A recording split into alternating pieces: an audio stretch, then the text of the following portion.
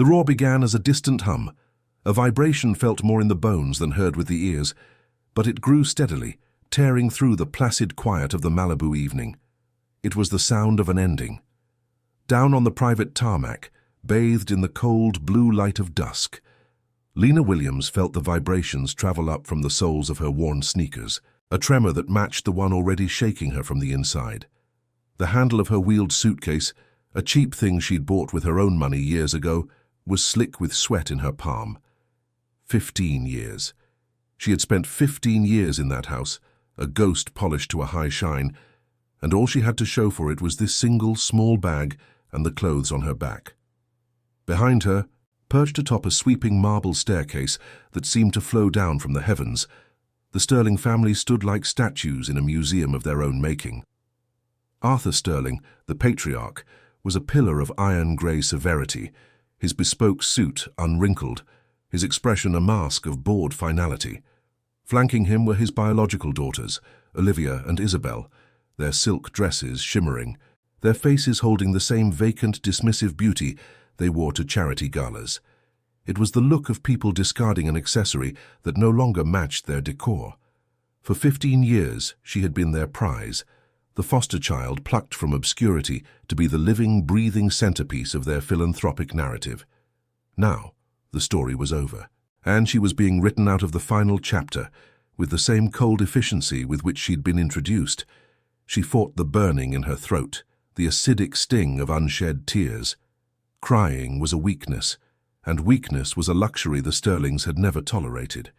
The sound from the sky was a predator's growl now, deafening and close. A powerful gust of wind, the downdraft from descending rotor blades, whipped across the tarmac, scattering a few loose leaves and unsettling the perfect coifs of the Sterling women. A shiver, cold and sharp, ran down Lena's spine, but for the first time in hours, it wasn't from fear. It was from something else, a strange electric anticipation that was utterly foreign to her. She didn't know what was coming, but she knew, with a certainty that settled deep within her, that this was not the end they had planned for her. For anyone who has ever felt like they were playing a part just to be loved, whose true self was locked away behind a perfect smile, your support means the world. A simple like on this video tells a story of its own, a silent acknowledgement that every voice deserves to be heard. But that sound in the sky, that approaching judgment, was the final note in a symphony of secrets and lies that had been composed over 15 years. To understand how Lena Williams found herself standing on that tarmac, a single suitcase her only companion, we must rewind the clock not by days, but by a mere 12 hours to the suffocating silence of Sterling Manor. The day had begun like any other in the sterile perfection of the estate. Lena awoke at precisely 5:30 in the morning, the alarm on her phone vibrating silently under her pillow so as not to disturb the funereal quiet of the house. Her room, like everything else in the mansion, was a masterpiece of minimalist design. All white walls, clean lines, and glass overlooking the Pacific Ocean. It was beautiful, but it had all the warmth of a hospital suite. It wasn't a bedroom, it was a showroom, a space designed to be photographed, not lived in. There were no posters on the walls, no scattered books, no personal clutter. Every object had its place, curated not by her but by the interior designer who had last refreshed the manor's aesthetic 3 years prior. Her life was a performance, and this was her stage. She moved with a practiced silent efficiency that had been drilled into her since she was a small, frightened child of 8, brought into this world of unimaginable wealth and crushing expectations. She showered, dressed in a simple, tasteful outfit, dark jeans, a cream-colored cashmere sweater, chosen to be modest and unassuming, to blend into the background. She made her bed with military precision, the corners tucked so tightly a coin could have bounced off the surface. She then descended the floating glass staircase to the kitchen, her footsteps making no sound on the cold marble floors. The Sterling family was already assembled in the sun-drenched breakfast nook, a tableau of casual power. Arthur sat at the head of the massive oak table, hidden behind the rustling pages of the Wall Street Journal. He hadn't looked up, hadn't acknowledged her presence. He rarely did. His love, if it could be called that, was conditional, transactional. It was granted in public, at press conferences for the Sterling family philanthropies, and withdrawn in private the moment a camera was turned off. Olivia and Isabel, 23 and 21 respectively, were scrolling through their phones, their thumbs moving with bored, frantic energy. They were beautiful, polished products of the Sterling dynasty, their kindness as manufactured as their perfectly straight teeth. "Good morning," Lena said, her voice soft, carefully calibrated not to intrude. Isabel looked up, a flicker of something, annoyance perhaps, in her eyes, before it was replaced by a saccharine smile. "Lena, darling, just in time. Cook made those gluten-free waffles you pretend to like." Lena's smile didn't waver. "That was thoughtful of you to remember." It wasn't thoughtful. It was a reminder that her needs, even the fabricated ones, were a burden, an accommodation they magnanimously provided. Olivia lowered her phone, her gaze sharp and analytical. "I saw your midterm grades were posted. Another perfect score in advanced econometrics. You must study so terribly hard." The compliment was laced with a subtle poison, an insinuation that her success was a result of desperate, joyless toil, unlike their own effortless grace. Father was saying how wonderful it looks for the foundation to have one of its beneficiaries excel so brilliantly. Beneficiary, not daughter, not sister. That was her place. She was a line item on their charity ledger, a living testament to their generosity. "I just try my best," Lena replied, taking her seat and pouring a small glass of orange juice. The silence that followed was heavy, filled with the unspoken rules and invisible tripwires of the household. She ate her waffle, the taste of cardboard and obligation in her mouth, and listened to the rustle of Arthur's newspaper, the rhythmic tapping of her sister's nails on their phone screens. This was her family, this was her home, a gilded cage where the bars were made of gratitude. Her only escape was the internet. In the sanctuary of her impersonal room, behind the locked screen of her laptop, she became someone else. Or rather, she became herself.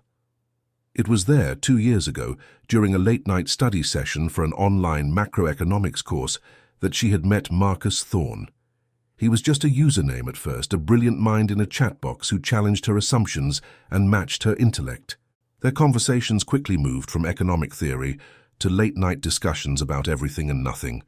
Their dreams, their fears, the kind of music that made them feel alive. She remembered their first video call with a clarity that still made her heart ache. She had been so nervous, her hands trembling as she clicked, "Accept." She saw a young man with kind eyes, a slightly crooked smile, and an intensity that wasn't intimidating but inviting. He wasn't polished or perfect like the people she was surrounded by. He was real. He had laughed, a genuine easy sound, and told her she looked exactly as he'd pictured, like someone who holds the entire world's secrets behind her eyes. He saw her. Not the Sterling's charity case, not the perfect student, but her. He became her anchor. The one person who knew about the crushing loneliness, the subtle emotional cuts that were a daily occurrence, the constant, exhausting performance. He was the only one who had ever told her she was enough, just as she was. He was studying sustainable tech, filled with a passion to build something ethical, something that lasted. He was everything the Sterling world was not: genuine, compassionate, and driven by purpose, not by image. It was a text from him that afternoon that unknowingly set the day's tragic events in motion. "Thinking of you. Remember what we talked about? Your value isn't determined by their approval." It never was. His words echoed in her mind as she passed Arthur's study later that evening. The door was ajar, which was unusual. Arthur was a man of meticulous habits. His study was his fortress, always locked. A news segment was playing on the large television inside, an interview with Governor Eleanor Vance praising the Sterling family philanthropies for its latest multi-million-dollar donation to a children's hospital. Arthur's voice, smooth and practiced, spoke of legacy, of giving back, of the moral imperative to care for the less fortunate. A wave of nausea washed over Lena. She had heard that speech 100 times, but today, after Marcus's message, it sounded different. It sounded hollow, profane. An impulse, sharp and reckless, seized her. She had never defied Arthur, not once in 15 years, but a quiet, insistent voice in her head, a voice that sounded a lot like Marcus's, whispered, "You deserve the truth." The house was silent. The family was out at a benefit dinner, one she had been disinvited from at the last minute because, as Olivia had explained with a pitying smile, "It's a very high-profile event, Lena, and we just don't want you to feel uncomfortable." Her heart hammered against her ribs as she pushed the heavy oak door open and slipped inside. The room smelled of old leather, wood polish, and money. It was dark, the only light coming from the moon filtering through the floor-to-ceiling windows. She moved to Arthur's massive mahogany desk, her hands shaking so badly she had to clench them into fists. She didn't know what she was looking for. Proof? Of what? That her entire life was a lie? She already knew that. Her eyes fell on a small, locked compartment on the side of the desk, one she had never noticed before. It was almost invisible against the dark wood. On the desk, next to a silver letter opener, was a small, ornate key she recognized from Arthur's keychain. He must have forgotten it in his haste to leave. With trembling fingers, she picked it up, inserted it into the lock, and turned. It clicked open. Inside was not a stack of documents or a hidden safe. It was a single black leather-bound ledger. It felt heavy in her hands, heavier than its physical weight. She opened it. The pages were filled with Arthur's neat, precise handwriting. It wasn't a record of donations. It was a meticulous accounting of transfers. Millions of dollars from the Sterling family philanthropies, funds solicited in the names of children like her, were being rerouted. The entries were chilling in their simplicity. Dates, astronomical sums, and account numbers. Account numbers based in the Cayman Islands, in Switzerland, in Panama. Shell corporations with meaningless names. It was all there, in black and white. A sophisticated, breathtakingly cynical operation of embezzlement and fraud, all hidden behind the smiling faces of the children they claimed to be saving. Her story, her face, had been used to defraud thousands of donors, to build this empire of deceit. She wasn't a beneficiary, she was bait. As the full, crushing weight of the truth settled upon her, she heard the crunch of tires on the gravel driveway outside. They were home early. Lena stood frozen in the center of the dark study, the cold leather of the ledger in her hand, the proof of their sins feeling like a block of ice burning through her skin. The performance was over. The weight of the leather-bound ledger felt impossibly heavy in her trembling hands, each digit inscribed within its pages a testament to a breathtaking betrayal. For 15 years, Lena had moved through Sterling Manor like a ghost, her presence conditional, her worth measured in silence and compliance. Now, standing at the threshold of Arthur Sterling's cavernous study, she was about to make a sound. Her heart hammered against her ribs, a frantic drumbeat against the oppressive quiet of the mansion. The room smelled of old money, polished mahogany, aged leather, and the faint cloying scent of Arthur's imported cigars. He sat behind his immense desk, a monolithic piece of dark wood that looked more like an altar of commerce than a piece of furniture. He didn't look up, his attention fixed on a stock market ticker glowing on one of his 6 monitors. The soft click of his mouse was the only sound. Lena cleared her throat. It was a small, hesitant sound, but in the tomb-like silence, it echoed like a gunshot. Arthur's hand stilled. Slowly, deliberately, he swiveled his high-backed leather chair to face her. His eyes, the color of a winter sky, were devoid of warmth. There was no surprise, no curiosity, only a flat, cold assessment. It was the same look he gave a piece of art before deciding on its placement, or a business proposal before dissecting its flaws. "Lena," he said, his voice smooth, yet carrying an edge of irritation, "I was not aware I had summoned you." I found something," she began, her voice barely a whisper. She took a step forward, placing the ledger on the edge of his desk. She pushed it gently across the polished surface, the book sliding to a stop just before his manicured hands. In the library, hidden behind the first editions. Arthur didn't even glance at it. His gaze remained locked on her face, analytical and unnervingly calm. "You were in my library, unsupervised." It wasn't a question, it was an indictment. "I was looking for a textbook," she lied, the words feeling clumsy and foreign in her mouth. "This fell, I looked inside." Her eyes flickered down to the ledger, to the damning columns of figures, the names of shell corporations in the Cayman Islands, the astronomical sums diverted from the Sterling family philanthropies. Millions of dollars meant for children like her funneled into private accounts. Arthur, what is this? These transfers, they don't match the public reports. The donations... He finally lowered his eyes to the book. He didn't open it. He simply rested one hand on its cover, his long, elegant fingers pressing down as if silencing a voice. A long moment passed. Lena could hear the frantic beat of her own pulse in her ears. She had imagined this moment 100 different ways. She had pictured outrage, denial, perhaps even a flash of fear. She had not prepared for this. He looked back up at her, and a slow, thin smile touched his lips. It was a smile of finality, of a game concluded. You have always been an exceptionally bright girl, Lena. Perceptive. It was one of your most useful qualities. He leaned back in his chair, the leather groaning softly. Tell me, after 15 years of our hospitality, our generosity, what did you expect to accomplish by bringing this to me? The question threw her. I thought you should know. I thought maybe someone else, a bookkeeper, that it was a mistake. The excuse sounded feeble even to her own ears. Arthur chuckled, a dry, humorless sound that chilled her to the bone. A mistake? My dear girl, the only mistake was underestimating your curiosity, a flaw in your otherwise perfect programming. He leaned forward, his voice dropping to a conspiratorial hush. We brought you into this home for a very specific purpose. You were a symbol, the grateful orphan, lifted from obscurity by our benevolence. You played the part beautifully. The excellent grades, the quiet deference, the photogenic sadness that looked so compelling in the annual charity gala brochures. You were, for all intents and purposes, our most successful investment.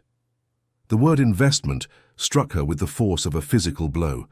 It was a word he used for stocks, for real estate, for assets, not for a daughter, not even for a person. And like any investment, he continued, his voice hardening, there comes a time when it has matured, when its purpose has been served. Your presence here authenticated our brand. It opened wallets and doors. But now, your usefulness has expired. From the doorway, two figures emerged from the shadows, Olivia and Isabel. They had clearly been listening, their faces holding a look of detached, triumphant satisfaction. They looked like vultures who had been waiting patiently for a meal. Father, Olivia said, her voice dripping with mock concern, is everything all right? Lena looked so distraught. She was just expressing her gratitude for our years of care, Arthur said smoothly, his eyes never leaving Lena's. And I was just explaining to her that her time with us has come to a natural conclusion. He finally pushed the ledger back toward her. This changes nothing except the timeline of your departure. Lena stared at him, her mind struggling to process the cold, brutal efficiency of her own erasure. There was no argument, no defense. She was being discarded. You're kicking me out? Kicking you out is such a crude term, Isabel chimed in, stepping forward to examine her perfectly manicured nails. Think of it as graduation. You've completed your role. It's time to move on. Go to your room, Lena, Arthur commanded, his voice now stripped of all pretense. It was the voice of a CEO firing an underperforming employee. Pack a single bag, something small. Our head of security, Mr. Davies, will escort you from the property in 1 hour. You are to leave your phone and laptop. They are assets of the Sterling household. The mention of her phone sent a jolt of panic through her. It was her only link to Marcus, the only person in the world who saw her as more than a symbol. It was on that phone, in their late-night video calls, that she had first dared to whisper her fears, to speak of the suffocating emptiness of this magnificent gilded cage. Marcus had listened, his gentle eyes full of a concern she had never seen on any face within these walls. He was the one who had encouraged her to trust her instincts, who had told her she was more than what they made her. Lena stood frozen for a moment, the weight of 15 years crashing down on her. Every forced smile, every swallowed retort, every lonely night spent striving for an affection that was never real. It all culminated in this, a summary execution of the life she knew. She turned without another word, the ledger feeling like a block of ice in her hands, and walked out of the study. Olivia and Isabel parted to let her pass, their smug expressions the last thing she saw. Her room, on the third floor of the West Wing, had always felt more like a luxury hotel suite than a bedroom. It was impeccably decorated in muted tones of beige and cream, with furniture that was beautiful but held no history, no sentiment. It was a room for a guest, not a daughter. She walked to the large picture window that overlooked the meticulously manicured gardens and the distant, shimmering Pacific. For years she had mistaken this cage for a home. She dropped the ledger onto the pristine white duvet of her bed. Then, numbly, she pulled a small, wheeled suitcase from the cavernous walk-in closet. A single bag. How could she condense 15 years of a life, however hollow, into a single bag? As she began to move through the room, her hands touching the few items that were truly hers, the memories began to surface, unbidden and sharp. She opened a drawer and saw the small silver locket her foster mother had given her just before she was taken by the Sterlings. She remembered the day Arthur had seen it. "A bit sentimental, don't you think?" he had remarked, his tone making it clear it was a tacky relic of a past best forgotten. She had hidden it away after that, another piece of herself deemed unacceptable. She clutched it in her hand now, its cool metal a small, solid anchor in the swirling chaos of her emotions.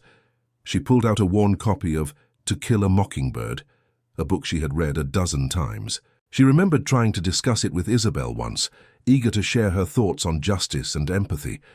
Isabel had simply laughed. "Why would you read something so depressing?" she had asked, before turning back to a glossy fashion magazine. "It's so common." That was the word they used for anything that betrayed genuine, uncurated emotion. Common. Her eyes fell on a framed photograph on her bedside table. It was from a charity event 5 years ago.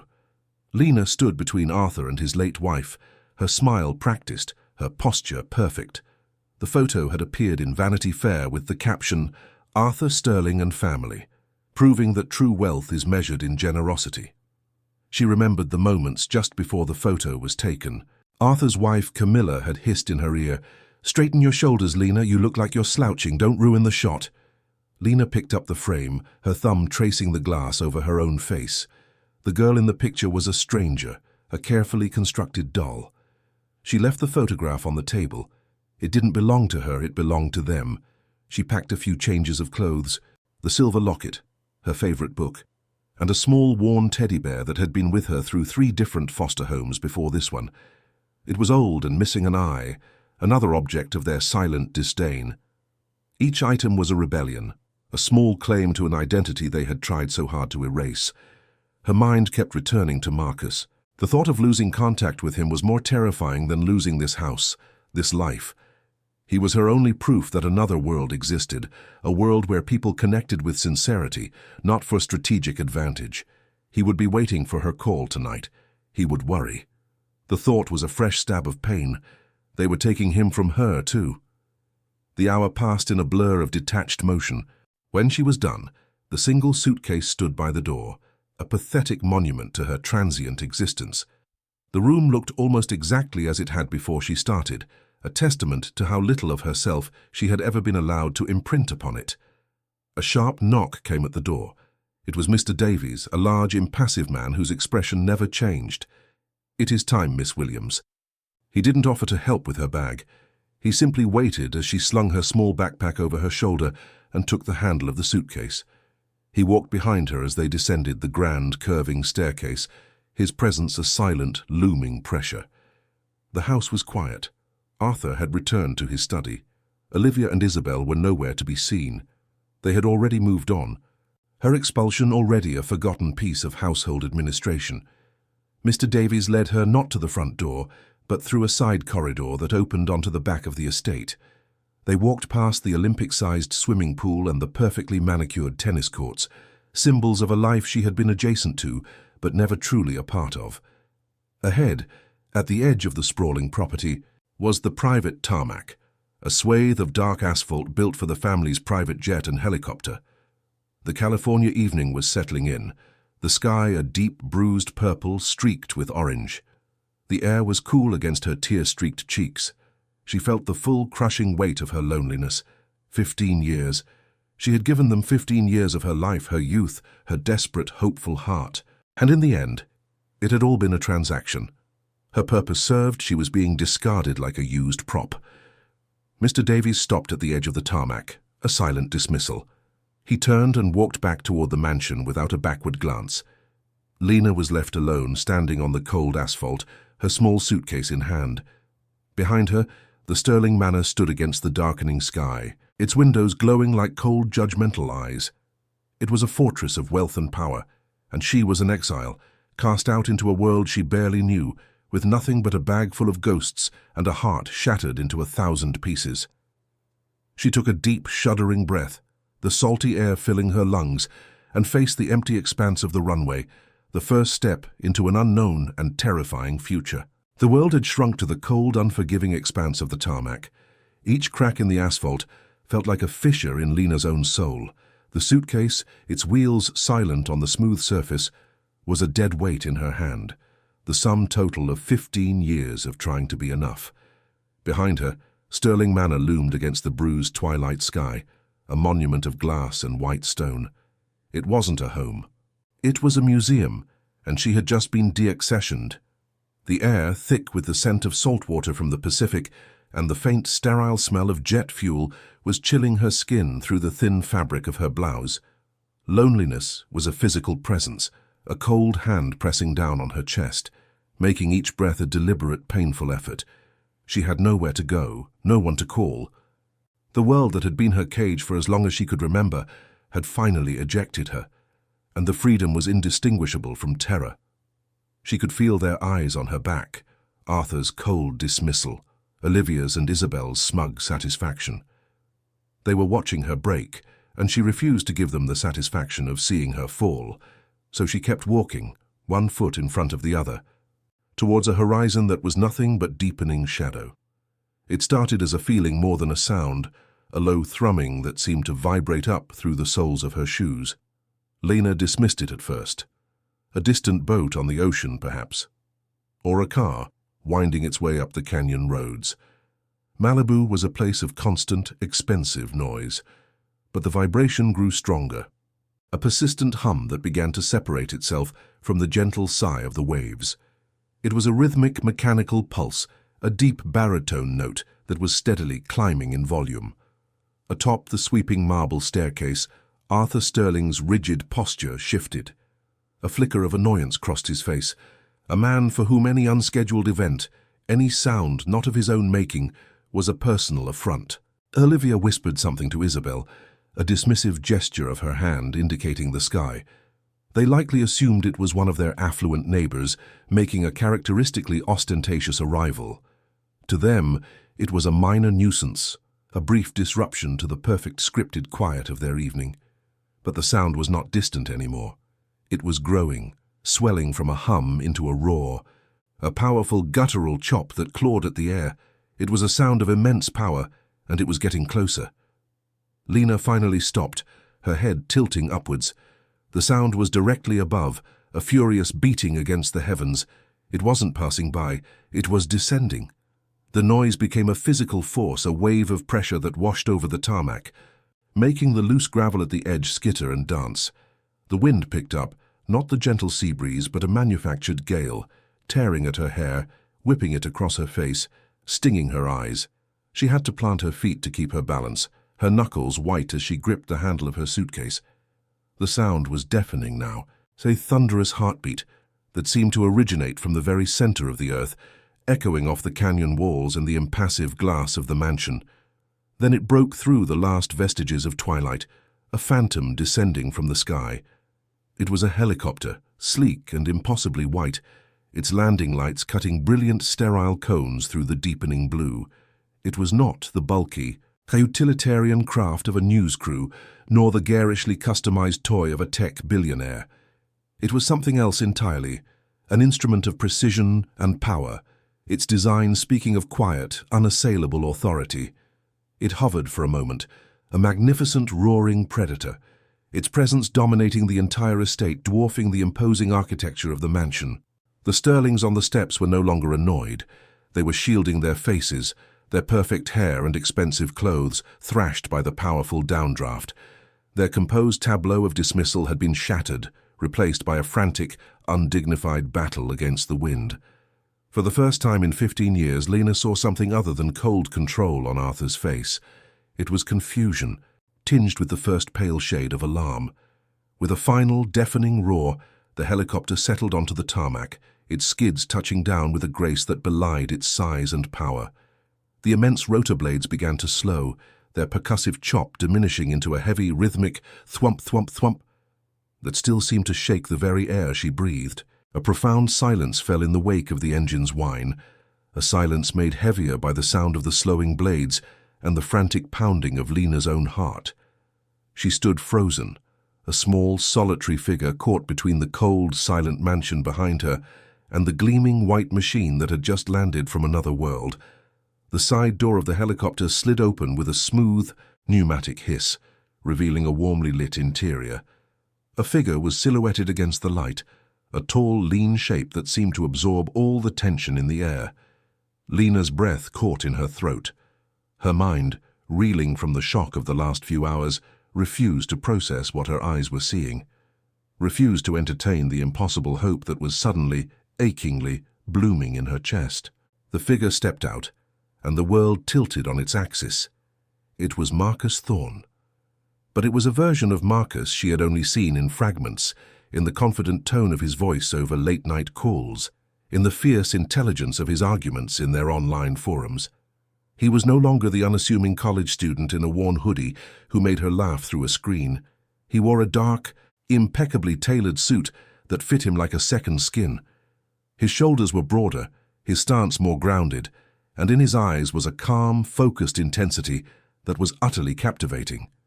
He moved with an economy of motion, a quiet self-assurance that radiated a power far more potent than Arthur Sterling's blustering authority. This was not a boy who had come to rescue her. This was a man who had come to rewrite the rules of the game, and he was not alone. Emerging from the cabin behind him was a woman whose face was known across the state, across the nation.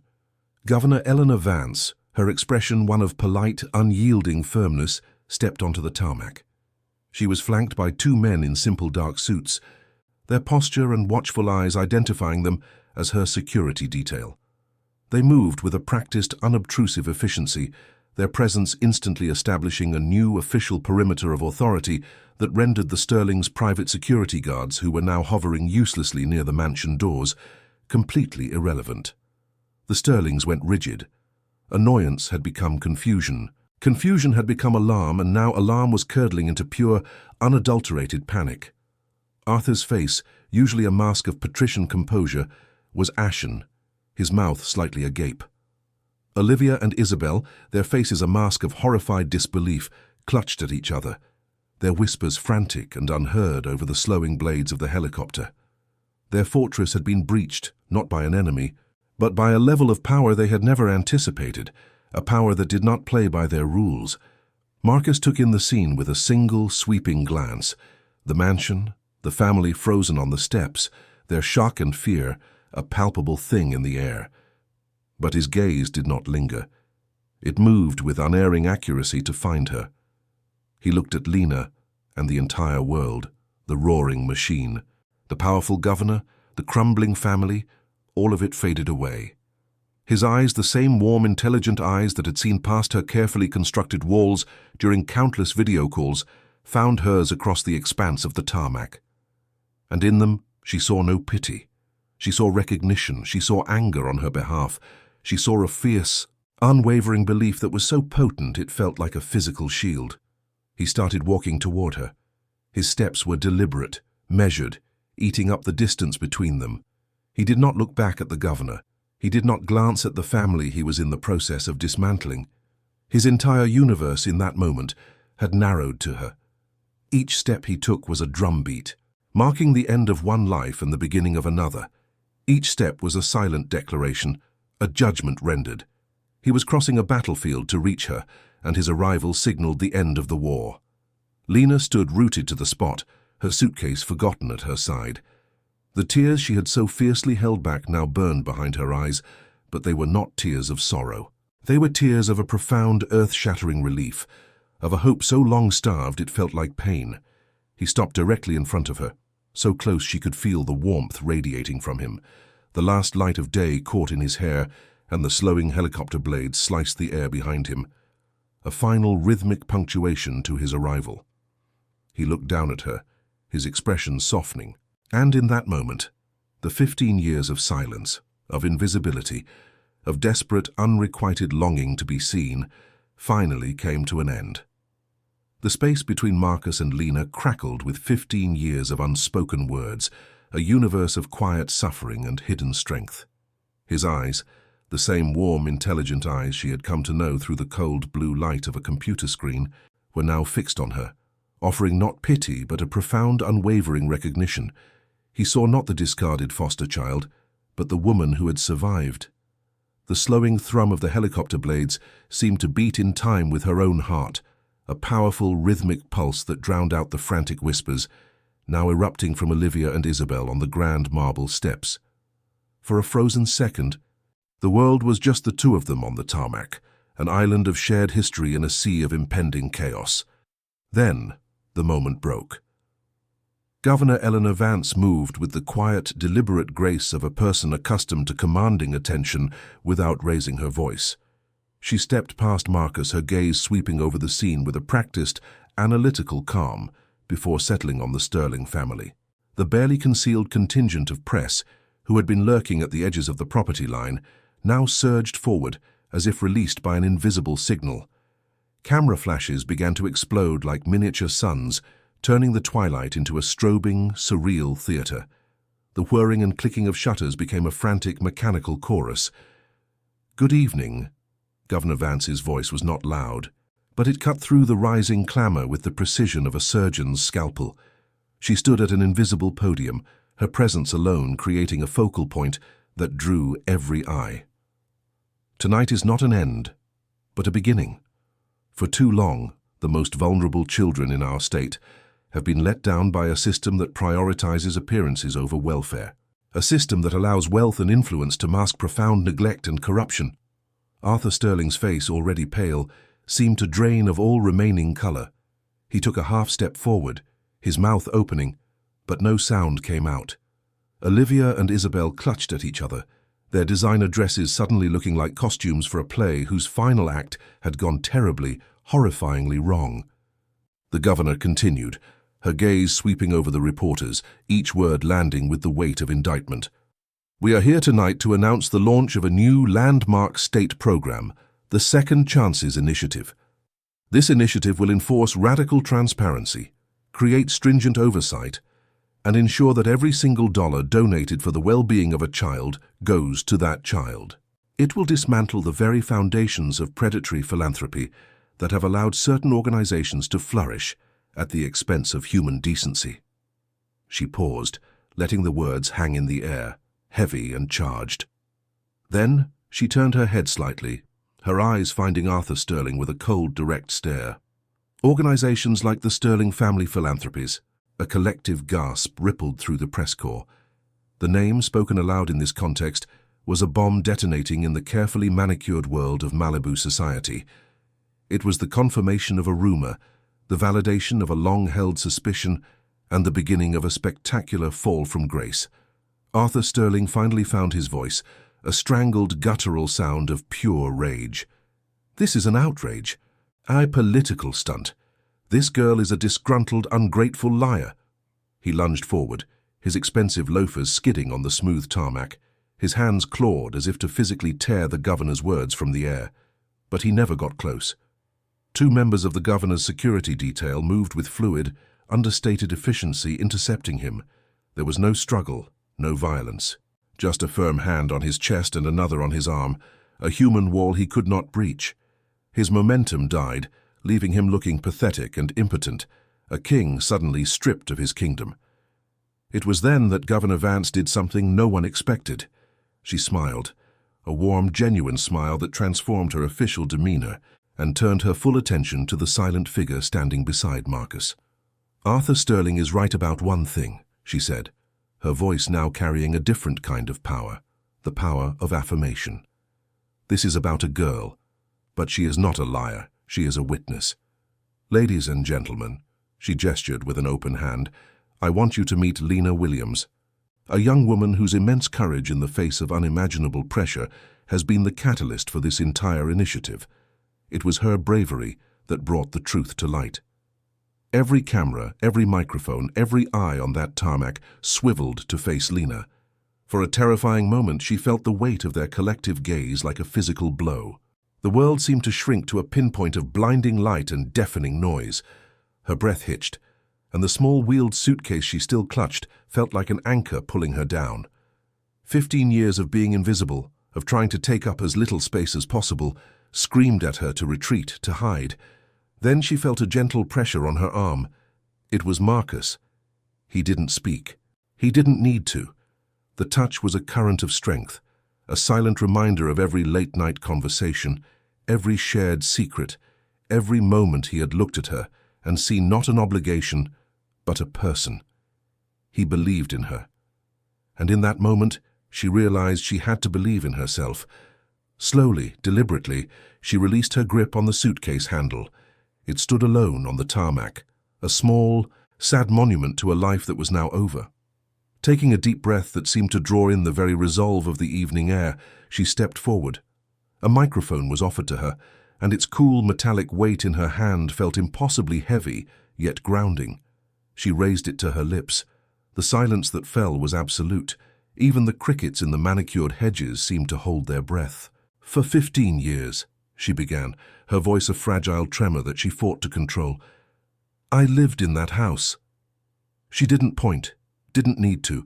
The modernist mansion loomed behind her like a mausoleum of broken promises. "For 15 years, I was taught that my value was conditional. It was measured in perfect grades, in silent obedience. In the grateful smile I was expected to wear at charity galas. I was not a daughter. I was a prop. I was the living, breathing proof of the Sterling family's generosity." The initial tremor in her voice began to fade, replaced by a cold, clear fire. She looked past the blinding camera flashes, seeking out the faces of Arthur, Olivia, and Isabel. Their shock had curdled into a mixture of horror and disbelief. "The Sterling family philanthropies built its reputation on stories like mine," she continued, her voice gaining strength with every word. "They would parade me, and others like me, in front of wealthy donors telling stories of salvation, of children rescued from the depths of despair, and the donations poured in. Millions of dollars. But I lived inside the machine. I saw where that money didn't go. It didn't go to underfunded foster homes. It didn't go to therapy for traumatized children. It didn't go to educational programs." She took another breath, remembering the ledger, the neat columns of figures that represented so much stolen hope. Instead, it went into shell corporations. It was funneled into offshore accounts.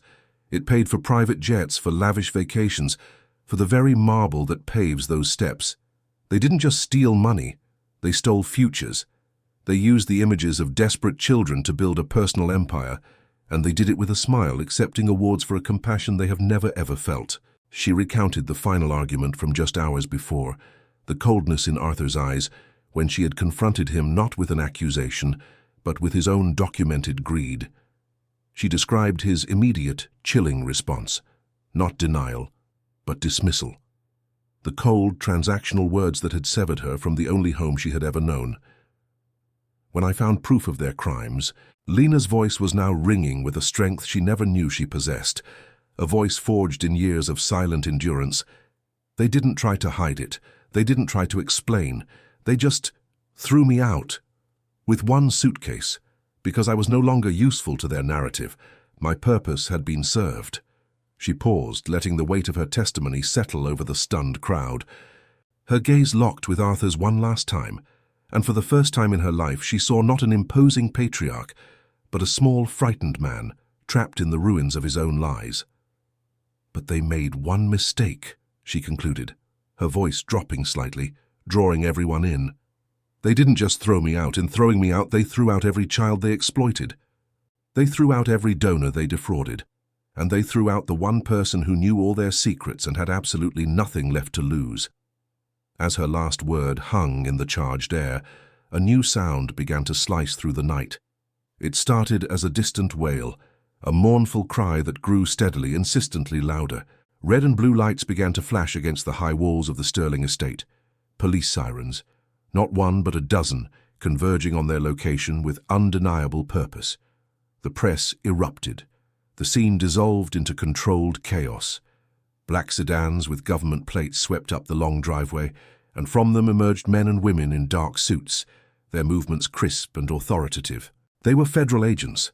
They moved past the governor's detail, past the clamoring press, and straight toward the foot of the marble stairs. One of them, a woman with a calm, unreadable expression, approached Arthur Sterling. She spoke to him in a low, formal tone, but the words were clear to anyone nearby. "Arthur Sterling, you are under arrest for multiple counts of wire fraud, embezzlement, and racketeering." A strangled sob escaped from Olivia. Isabel stood frozen, her face a blank mask of utter devastation. Arthur Sterling, the man who had controlled every aspect of Lena's life, who had held the power of financial and emotional ruin over so many, simply sagged. The fight went out of him. His shoulders slumped, and when the agents gently turned him and placed his hands behind his back, he offered no resistance. The quiet click of the handcuffs being secured was the final, definitive sound of a world ending. The chaos on the tarmac resolved into a chilling, methodical silence. The flashing red and blue lights of the federal vehicles painted grotesque, dancing shadows across the marble facade of Sterling Manor, stripping it of its architectural elegance and revealing it for what it was: a stage for a grand deception. Arthur Sterling, his face a mask of slack-jawed disbelief, did not resist as the cold metal of handcuffs clicked around his wrists. The sound was unnervingly final, a full stop at the end of a long and corrupt sentence. He was no longer the patriarch, the philanthropist, the master of his universe. He was just a man in an expensive suit, his power evaporating under the harsh glare of justice. He looked once, a desperate, pleading glance, toward Lena, but her eyes were fixed on the horizon, on the future that was suddenly, terrifyingly her own. Olivia and Isabel stood frozen at the top of the grand staircase, their couture dresses and flawless makeup suddenly looking like cheap costumes. Their world, built on a foundation of inherited wealth and unearned privilege, had been fractured by a single, quiet voice. They watched, their expressions shifting from shock to a dawning visceral horror, as their father was escorted to an unmarked black car. They weren't just losing their father. They were losing the name, the status, the impenetrable shield that had protected them their entire lives. The whispers from the assembled press grew into a low roar, the clicks of their cameras like a volley of small arms fire, capturing the precise moment the Sterling dynasty fell. For the first time, there was no publicist to spin the narrative, no lawyer to issue a sterile statement. There was only the raw, ugly truth illuminated for the world to see. Their carefully constructed reality had not just cracked, it had been utterly pulverized. As the convoy of official cars pulled away, leaving a profound quiet in its wake, Lena finally let out a breath she hadn't realized she was holding for 15 years. It was a shuddering, ragged thing, a release of tension that had coiled itself around her spine since she was a child. Marcus turned to her, his presence a warm, steady anchor in the swirling aftermath. The noise of the helicopter's idling rotors seemed to fade into the background, creating a pocket of stillness just for them. "You did it, Lena," he said, his voice low and filled with an awe that was entirely genuine. He didn't say we did it. He didn't frame it as his victory. His eyes, which had always seen past her practiced defenses, now reflected a deep and unwavering respect. Lena shook her head slightly, the weight of the last hour, the last 15 years, pressing down on her. I just found a book. You were the one who brought the governor. You were the one who made them listen." Marcus reached out, his hand gently covering hers where she still gripped the handle of the microphone. His touch was firm, grounding. Bringing a microphone to someone who has something to say isn't the brave part, he insisted softly. The brave part is speaking into it when your voice is shaking. The brave part is holding on to your own truth in a house full of lies for over a decade. I just gave you a platform, Lena. You built it, you stood on it. This victory is yours, it always was. His words settled deep within her, not as a compliment, but as a fundamental truth she was only just beginning to accept. She wasn't the broken girl from the foster system. She wasn't the charity case, the grateful orphan. She was the one who had survived. She was the one who had found the courage to look into the dark heart of the Sterling Empire and not flinch. She had not been rescued, she had been heard. The distinction was everything. Her gaze fell upon the small, wheeled suitcase standing alone on the tarmac. It looked pathetic and insignificant against the vast, dark expanse.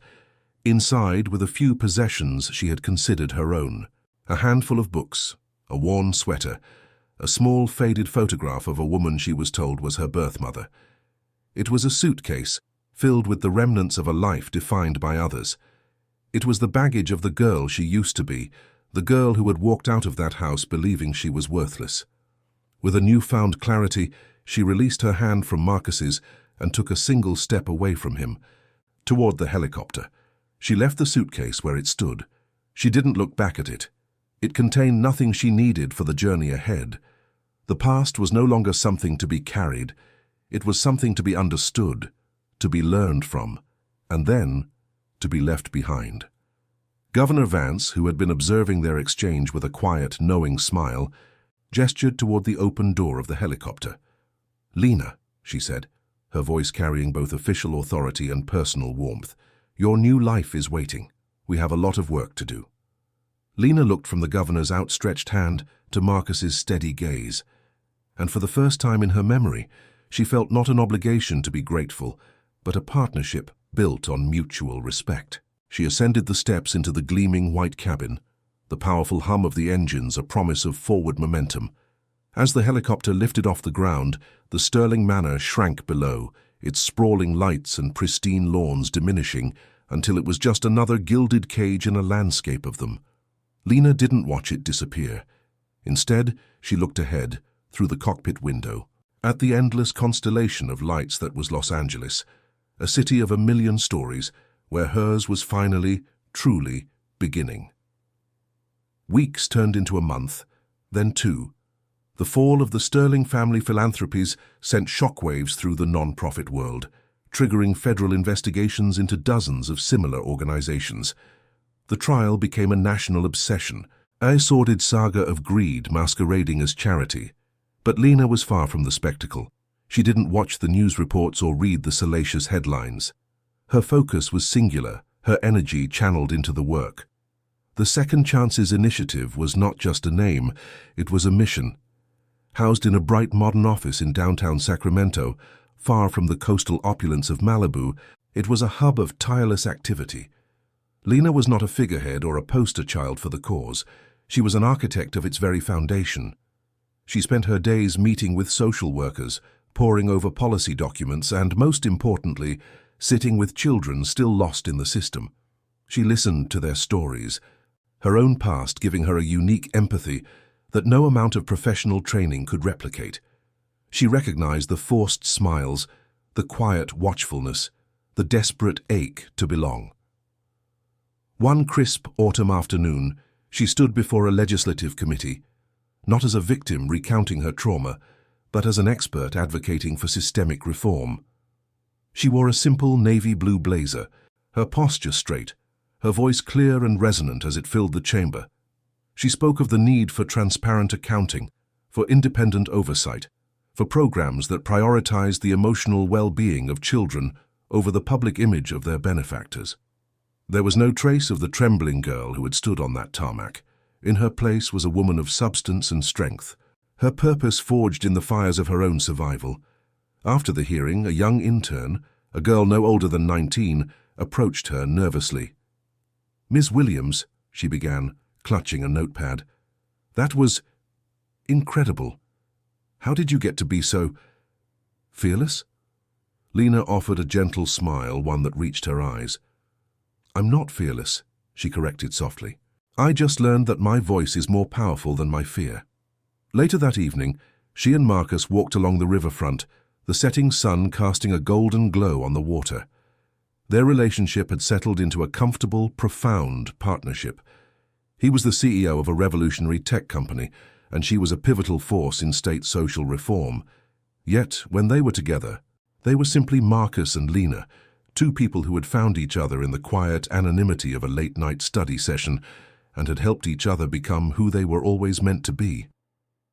"Arthur Sterling was sentenced today," Marcus said quietly, breaking the comfortable silence. "Life. No possibility of parole." Lena nodded, absorbing the news. There was no triumph in her, no surge of vengeful satisfaction. There was only a quiet sense of closure, the closing of a book that had been open for far too long. "Good," she said simply. "Maybe now some of the other children he hurt can finally feel safe." Her gaze was distant, not looking at the past, but at the immense, challenging and beautiful future that lay ahead. She had not erased the scars of her first 15 years, but she had transformed them.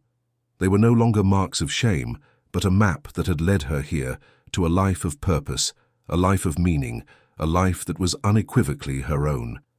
She was no longer a shadow in someone else's story. She was the author of her own, and the most important chapters were still to be written. What we witnessed on that tarmac was more than just the fall of a corrupt man. It was the rise of an unbreakable spirit. It's a powerful reminder that the most profound strength is often forged in silence, in the quiet moments of endurance that no one else sees. Lena's story shows us that our worth is not determined by the house we live in or the name we are given, but by the courage we find to speak our own truth, even when our voice shakes. Her journey from a symbol of false charity to a beacon of real change proves that our deepest wounds can become the source of our greatest purpose. This is why we are so passionate about bringing you stories like this, stories that uncover the incredible resilience of the human heart. If you believe that one voice can change the world and that justice is a cause worth fighting for, help us by liking this video and subscribing to our channel for more tales of transformation. Because in the end, every single one of us has a story that deserves to be heard.